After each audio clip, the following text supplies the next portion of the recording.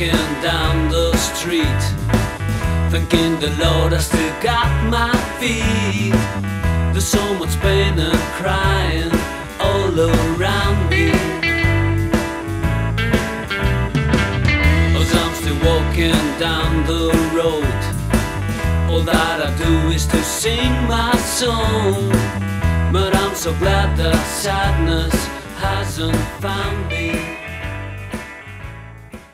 Salut à tous, j'espère que vous allez bien. Moi ça va très bien aujourd'hui parce que justement je refais cette vidéo livre que vous aviez beaucoup aimé, mais sauf que cette fois-ci je suis pas toute seule et pour les prochaines aussi j'espère. Je suis accompagnée de Anne qui est une très bonne amie et qui est surtout une grande amatrice de livres comme moi, sauf que l'intérêt de l'inviter ici c'est qu'elle a des goûts qui sont plutôt éloignés des miens, donc c'est-à-dire qu'elle est plus amatrice de polar, un petit peu fantastique, des choses plus contemporaines que moi je lis moins, et donc je pense que ça permet d'avoir une complémentarité dans nos voix. Surtout, elle a un blog sur lequel elle fait plein de critiques de livres, donc je vais te laisser le présenter. Bonjour à tous, donc comme elle l'a dit, je m'appelle Anne, j'ai un blog qui s'appelle L'Ananas se livre, c'est parti d'une intention en fait... Quoi C'est parti d'une intention toute simple en fait. Au fur et à mesure de mes lectures, je prenais des notes personnellement pour savoir un peu où j'en étais, en sachant que j'ai une très mauvaise mémoire et donc du coup c'était aussi un peu pour savoir si j'avais déjà lu ce livre auparavant ou pas. Donc voilà, j'avais ce fichier que je mettais régulièrement à jour et en fait de temps en temps il y a des amis qui me demandaient si j'avais un conseil, une lecture que j'avais bien aimée, etc. Et ces amis m'ont dit bah c'est un peu dommage que tu en fasses pas un peu partie, enfin tu ne le communiques pas à plus de monde, et ils m'ont suggéré l'idée de faire un blog. Donc au début je me suis un peu lancée, etc. Et ici je viens juste de faire une V2 avec un nouveau design du blog, et donc je vous partage effectivement tous mes coups de cœur, ou en tout cas les lectures que j'ai beaucoup appréciées. Quand je n'aime pas, je le dis aussi, parce que je pense qu'il faut aussi dire les choses, voilà. Après après ça reste l'avis de chacun, donc tout est dans la nuance, mais et ce blog aussi, je voulais dire, ça n'a pas non plus la prétention de dire que je vais décortiquer un ouvrage de manière littéraire, etc. C'est juste vraiment un avis un peu spontané comme ça, un petit résumé du premier chapitre, en général je vais pas plus loin, et un avis sur les sensations que ça m'a procuré. Donc voilà, je remercie Tatiana du coup pour m'avoir invité dans ce numéro spécial sur les livres. Mais justement, donc l'approche de Anne, c'est tout à fait l'approche que j'essaie d'avoir vis-à-vis des jeux de société et vis-à-vis des bouquins aussi, donc c'est ça qui... pour moi, faisait qu'on pouvait se convenir et qu'on pouvait présenter des choses ensemble, c'est vous donner plein de recommandations, mais toujours avec ce même ton, plutôt léger et global. Donc, sans plus attendre, on va commencer tout de suite à faire des présentations de livres. Donc je vais commencer, on en a pris 3 chacune. Bon, il y en a beaucoup plus, mais c'est parce que c'est une série, donc je triche, mais j'en présente un, puis Anne va présenter le sien, et ainsi de suite. Et à la fin, on va se faire une recommandation chacune sur quelque chose qu'on a aimé, qui fait partie de notre style, et qu'on conseille à l'autre pour essayer, entre guillemets, de l'initier à notre univers. Donc je vais commencer tout de suite par Morwena, qui était très très original, vraiment spécial. D'ailleurs, je pense que ça devrait te plaire, parce que Morwena, on a un petit peu l'impression de lire un livre d'Amélie Nothomb, mais en beaucoup mieux écrit. Sans insulte ni quoi que ce soit, mais on est vraiment dans un niveau de langage et un niveau culturel qui est quand même vachement plus élevé, et on suit l'histoire de Morwena, qui est une adolescente qui a perdu sa sœur jumelle dans un accident de voiture, et que sa mère déteste. Et donc c'est tout le cœur du roman, c'est cette gamine qui va dans un internat dans les années 80 et qui est déchirée entre son héritage gallois avec ce monde féerique, ces règles qui ne sont pas les mêmes que dans le monde réel, qui croit aux fées, à la magie et aux esprits, et qui au fur et à mesure nous livre sa vie à travers un journal intime. Donc c'est extrêmement intimiste, fantastique, on est toujours à cette frontière, est-ce que elle raconte la vérité, est-ce qu'elle nous ment, est-ce qu'elle se ment, et c'est assez magnifique. Surtout c'est bourré de références de science-fiction et de fantasy, donc si vous aimez, vous allez découvrir tout un tas d'auteurs, c'est là-dedans que j'ai découvert l'oreille interne dont je vous ai parlé la fois passée.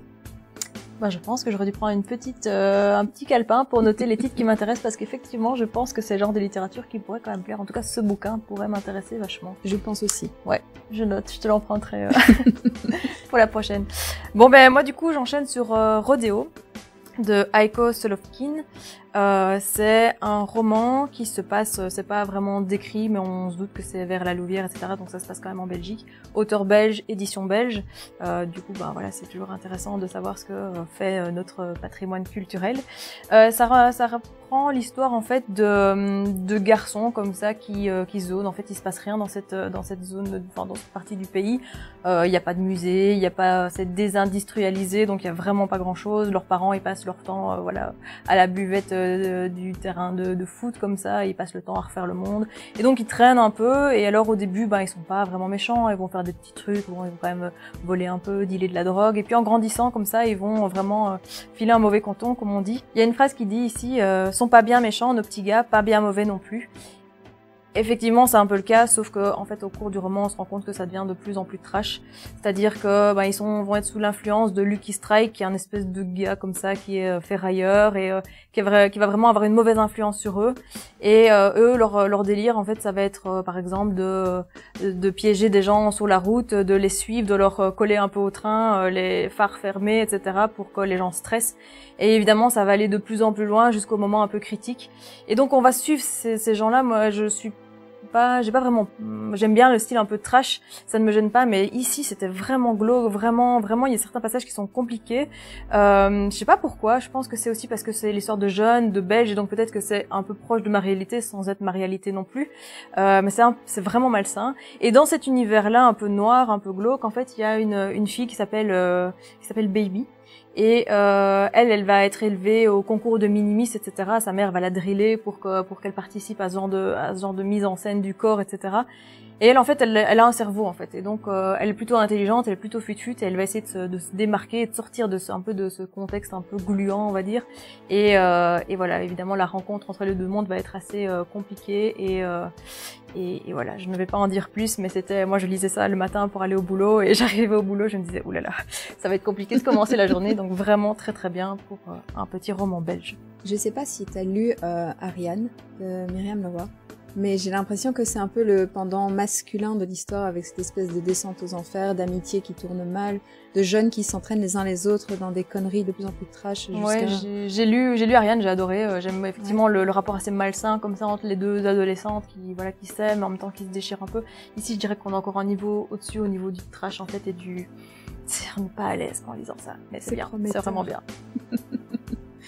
Ok, justement pour rester dans la Belgique, ça tombe bien, moi je vais vous parler de Manèche, c'est le premier tome du Sentier des Astres, c'est écrit par Stéphane Plateau, et c'est un livre de fantasy, tout ce qu'il y a de plus classique, si je peux le dire avec de gros guillemets, parce que l'originalité de ce livre, c'est que on va se concentrer sur un conte qui est raconté. Donc en fait l'idée c'est que on a un équipage qui va remonter un fleuve afin de rencontrer l'oracle roi, qui est une espèce de personnage, on ne sait pas s'il est mythique, si c'est une personne, un animal, une pierre, mais qui est censé donner des prophéties. Donc ils utilisent ces bateaux pour remonter le fleuve, et pendant leur pérégrination assez tôt, ils vont tomber sur un gars en train de crever là sur une branche, ils vont le ramasser, et pendant qu'il délire et qu'on le soigne de sa fièvre, et de ses blessures, parce qu'il est quand même assez amoché, il va raconter son histoire au fur et à mesure au barde. Et alors, ce qui est très très bien fait, c'est qu'on a justement cette espèce de dialogue où au début, le Manèche, mais il se fait appeler le bâtard, sort de son coma et il livre un petit bout de son histoire. Et puis après, il va aller de plus en plus dans l'intimité jusqu'à déballer l'entièreté de sa vie et ce qui l'a mené à être sur ce bateau là où il est aujourd'hui. Ce que j'aime énormément, c'est que il y a ce dialogue qui est extrêmement important et très poignant aussi parce que bizarrement, Manèche se livre à un point tel qu'on rentre totalement dans son intimité, sa vie qui est extrêmement difficile, et en même temps, on suit l'histoire des autres personnages du bateau qui vont rencontrer plein d'épreuves. Il y a quelque chose à la fois extrêmement contemplatif, parce qu'on est dans un beau langage, de longs moments où on est écrit les arbres, le fleuve, ce qu'ils vont rencontrer, l'univers, parce que c'est un univers qu'il faut apprivoiser, et en même temps, on a des moments qui sont extrêmement denses, prenants, très intense par rapport à ce que Manèche raconte de sa vie. Et puis les différents intervenants de l'histoire vont évidemment rencontrer des épreuves, sinon on n'est pas dans un roman de fantasy. Mais pour moi c'était très étonnant parce que c'est un niveau d'écriture qui est extrêmement élevé, c'est très beau, c'est vraiment bien fait. On sent que la personne qui l'écrit a beaucoup d'intelligence. Et en même temps, on a les codes de la fantasy classique qui sont utilisés, mais qui sont twistés, avec où on insère dedans des religions, en tout cas des inspirations de culture qui sont pas les nôtres. Donc on a du celtique, mais on a aussi de l'indien, et donc ça se mélange d'une manière qui peut au début se prendre et en fait qui fonctionne totalement. Et donc ce sont vraiment les deux inspirations que j'ai repérées, mais je pense qu'il y en a plein d'autres. Donc on sent qu'il y a une grande culture derrière. Donc un excellent bouquin. J'ai lu pour l'instant que le premier tome, donc je vais maintenant me jeter sur le deuxième, puisque j'ai fini ma grande série sur laquelle j'étais pour l'instant. Merci pour ce petit conseil lecture. Moi, je pense que ce sera peut-être un peu moins ma tasse de thé, effectivement, à partir du moment où c'est plusieurs tomes. Moi, j'aime bien avoir un tome et puis changer d'univers et éventuellement me replonger par la suite, mais du coup, j'oublie un peu ce qui s'est passé dans le tome précédent. Du coup, voilà, c'est vrai que je préfère des one-shots, comme on dit. Bon, moi, j'enchaîne du coup un peu sur quelque chose de moins trash et plus girly, qui s'appelle Les Victorieuses de Laetitia Colombani. Il faut dire que la couverture ne lui fait pas du tout honneur, en ce sens que c'est rose, c'est girly, on se dit oh là là, ça va être roman d'amour un peu dégoulinant, machin. Moi j'avais un peu connu l'auteur avec La Tresse. J'avais pas lu son bouquin, mais j'avais entendu qu'elle avait eu vraiment bonne presse, et donc j'étais vraiment intéressée par celui-ci. Et quand j'étais en librairie, j'ai vu celui-là plutôt que La Tresse. Je me suis dit bon, je vais prendre le nouveau qui sort. Grand bien m'a pris parce que c'était vraiment très bien. Ça raconte l'histoire de Solène qui est avocate et qui vient de perdre un procès. Donc son client doit aller en prison et il le supporte pas, il se défenestre en fait sous ses yeux. Donc la nana hyper choquée, elle va vraiment pas arriver à l'encaisser, elle va faire un burn-out et donc du coup elle va essayer de, elle va chez son psy machin, elle essaie de un peu se reconstruire après la mort d'un homme qui est un peu, entre guillemets, elle le prend pour elle, quoi, un peu sa faute. Et on lui conseille de faire un peu du bénévolat et de faire quelque chose, voilà, qui va faire du bien à d'autres personnes pour se reconstruire. Et là, elle trouve dans les petites annonces, elle découvre un poste d'écrivain public au Palais des Femmes. Donc elle ne connaît pas du tout, elle va là-bas et donc voilà, elle est avocate, son Mac, sa technologie, machin, et elle va dans un endroit en fait qui est dédié aux femmes un peu en difficulté, et donc elle rencontre un peu toute la misère du monde, et donc au début elle a vraiment du mal à se faire accepter parce que elle est là avec effectivement il y a un choc socio-culturel et économique qui est assez frappant. Et donc au fur et à mesure elle va apprivoiser ces femmes et les femmes vont l'apprivoiser, vont l'intégrer tout doucement dans leur communauté. Et en fait, on va avoir le parallèle avec la construction et l'édification en fait du Palais des Femmes, qui a été réalisé par Blanche Peyron, que je ne connaissais pas du tout, qui a été vraiment une grande fervente de l'Armée du Salut en 1926. Construction le bâtiment a été dédié à cet effet en 1926. Et donc, on va vraiment alterner en fait les passages entre Solène qui va essayer d'apprivoiser ses femmes et Blanche Peyron qui va tout faire justement pour avoir un endroit dédié aux femmes dans Paris, dans le 11e arrondissement, qui existe encore aujourd'hui, heureusement et malheureusement d'un autre côté. Et donc voilà, c'était super chouette parce que je m'attendais pas du tout à ce genre de contexte un peu historique, et en fait j'ai appris plein de choses et c'était vraiment hyper intéressant. Donc voilà, je vous le conseille, et à mon avis je pense que ça devrait te plaire aussi celui-ci. Est-ce que c'est un livre à deux voix avec une alternance, ou c'est simplement des recherches qu'elle fait, Solène, sur... Non, c'est vraiment une alternance, on switch en fait d'une époque à l'autre, et du coup on ressent vraiment aussi la difficulté, parce que Blanche Peyron elle allait aussi à la soupe populaire, elle allait servir, etc., dans des conditions vraiment compliquées. Du coup on a vraiment cette alternance, c'est vraiment très chouette. Excellent. C'est pas mal, et effectivement ça me parle beaucoup, parce que je m'en cache pas, féministe convaincue, donc des personnages de femmes comme ça historiques et importants, c'est vachement intéressant. Moi je vais clôturer mes conseils de lecture avec ceci, L'Empire Ultime de Brandon Sanderson. Pas facile à dire. C'est en 6 tomes, mais moi j'ai lu que les 3 premiers parce que les 3 derniers se passent à une autre époque et ça m'intéressait moins. Dans le premier, on va suivre l'histoire de Vin, qui est une gamine des rues, qui est récupérée par Kelsier. Et en fait, il la récupère pourquoi? Parce qu'il se rend compte qu'elle a une capacité qu'elle n'est pas censée avoir. En effet, on se trouve dans un monde qui est fantaisiste, avec même heroic fantasy la plus pure, avec deux castes. Donc on a d'un côté les nobles et de l'autre les skas, et les skas c'est toute la populace. Ce sont des esclaves, et donc ils sont au service des nobles, ils peuvent pas se marier entre eux, ils peuvent pas se fréquenter, ils peuvent pas être amis. Parce que, en fait, les nobles sont les seuls à pouvoir détenir le pouvoir d'allomancie, qui est la capacité à brûler, à l'intérieur de soi, des métaux qu'on ingère, et ce qui va nous donner des pouvoirs. Le pouvoir de rebondir, d'attirer des pièces, de les jeter, etc. Donc ça nous permet d'interagir avec notre environnement de plein de manières différentes. Les skas ne sont pas censés détenir les pouvoirs d'allomancie, et Vin, cette gamine des rues, elle en a, tout simplement parce que un de ses parents avait une ascendance noble. Donc Kelsier la repère et il la fait venir dans sa bande. Ce qui est hyper intéressant, c'est qu'on va avoir un personnage principal qui est Vin. Contrairement à ce qu'on pense, c'est elle qui va vraiment c'est autour d'elle que l'histoire va tourner, et on va la voir petit à petit faire tomber ses murs et ses barrières pour se faire des amis, s'intégrer dans une bande, et surtout suivre le projet complètement fou et ambitieux qui veut qu'on renverse l'empereur Dieu, qui est le personnage qui règne depuis 1000 ans, et qui est un véritable tyran. C'est à cause de lui qu'il y a justement cette séparation entre les nobles et les skas. Et c'est vraiment très chouette parce que au fur et à mesure qu'on avance dans le bouquin, Déjà, on a la découverte d'une magie que je n'avais jamais vue, l'allomancie. C'est une invention qui est très chouette. Ça donne visuellement des très chouettes moments de combat, d'intensité, etc. Donc, du coup, c'est extrêmement dynamique. Ça pourrait tout à fait se prêter à un jeu vidéo sans problème. Et en même temps, on va creuser de plus en plus la psychologie des personnages, leurs buts, leurs différentes manières d'interagir les uns avec les autres, et évidemment ce qui leur tient à cœur. Le seul petit reproche que je lui ferais, c'est que on a un personnage féminin principal, mais c'est tout. Le reste, c'est une bande de mecs, tous plus ou moins jeunes, plus ou moins âgés, peu importe, et dans les prochains bouquins, ça s'améliore un tout petit peu, mais ça reste quand même relativement caricatural. C'est ce qu'on appelle le syndrome de la schtroumpfette, donc c'est-à-dire un personnage féminin qui est entouré de plein de personnages masculins, et c'est elle, c'est la fille.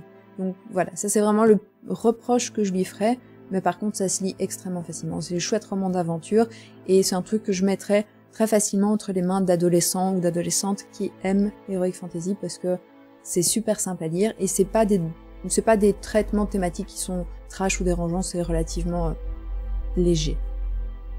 Bah, ça me donne envie de le lire celui-là. Et c'est marrant que tu parles de jeux vidéo. Moi, je le voyais bien en jeu grandeur nature, en fait, en GN. Oui. Je voyais bien dans cet univers, comme ça. C'est vrai, c'est vrai. Ça a l'air vraiment chouette. Bon, moi, je vois que toi, t'as des gros pavés. Moi, je n'ai que des petits livres. Je termine ici ma petite sélection pour cette fois-ci avec Le Puits de Ivan Repila. C'est complètement passé sous les radars, j'ai l'impression. Enfin, moi, je l'ai entendu via une chronique radio. Et donc, ça m'a un peu intriguée. C'est 120 pages.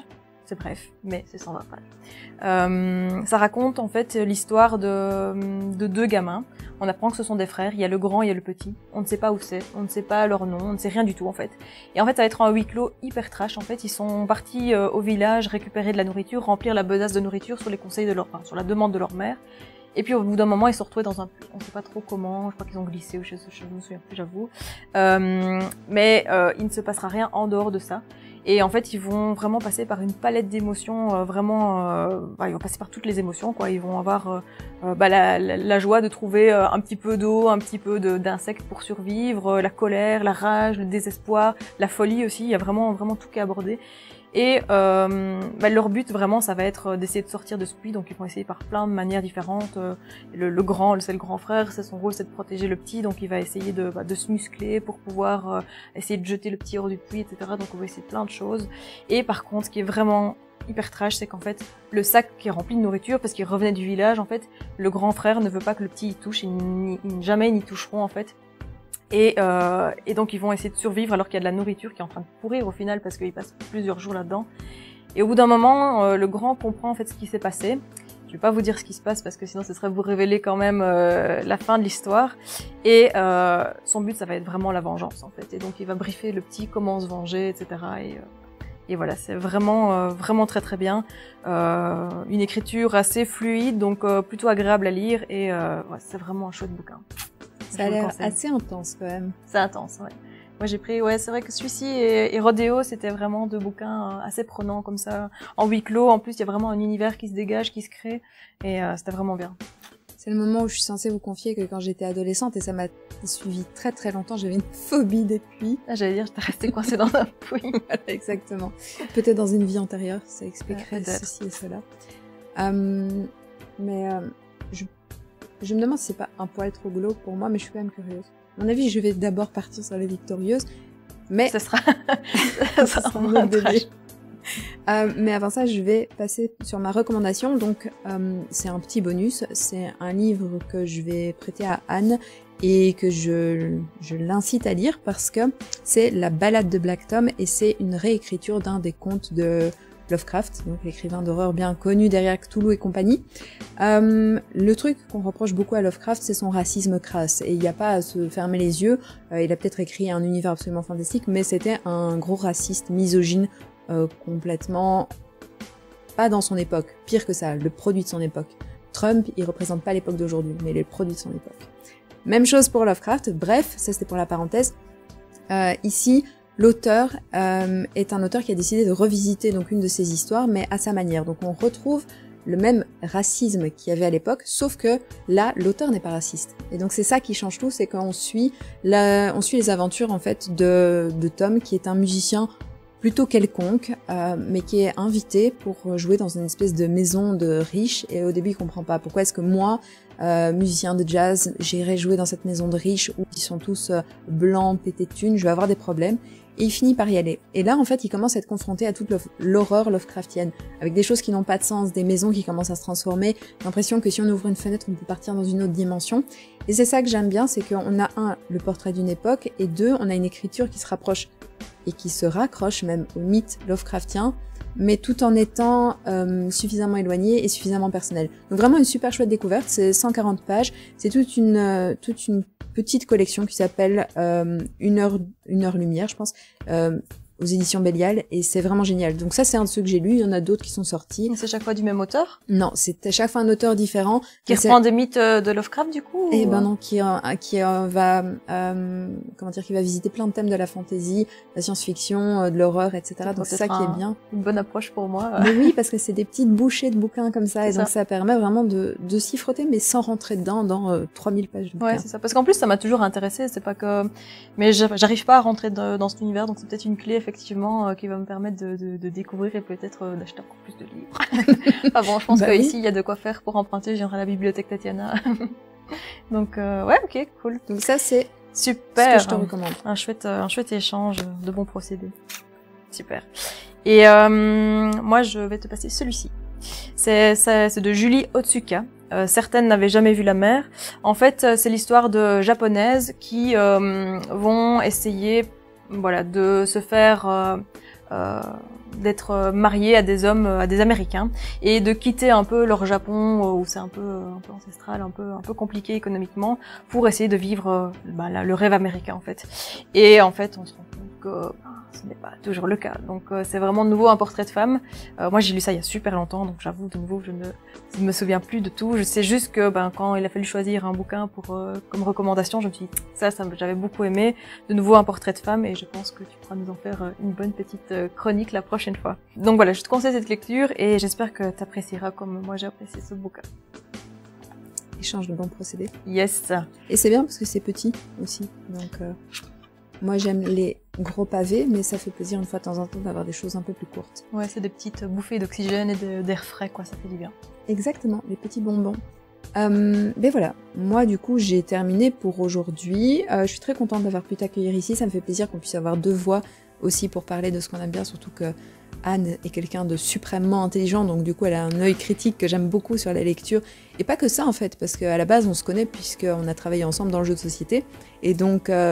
mais elle voulait pas venir sur les jeux, mais elle voulait bien venir sur les livres, donc ça me fait plaisir. Ça va être un chouette rendez-vous, j'espère que tu reviendras. Bah oui, avec plaisir, et puis qui sait, peut-être que je vais me mettre aussi aux vidéos jeux de société, du coup. Yes. En plus, elle avait super peur de tourner cette vidéo, et je suis étonnée à quel point tu l'as fait avec tellement de naturel, et totalement convaincue de ce que tu racontais, et je pense que ça va très bien donner une fois que j'aurai fait tout ce montage. J'espère que ce sera du making-of. Et voilà, c'est terminé pour aujourd'hui, moi je vous fais des bisous. Et je vous dis à la prochaine. Salut. Ciao.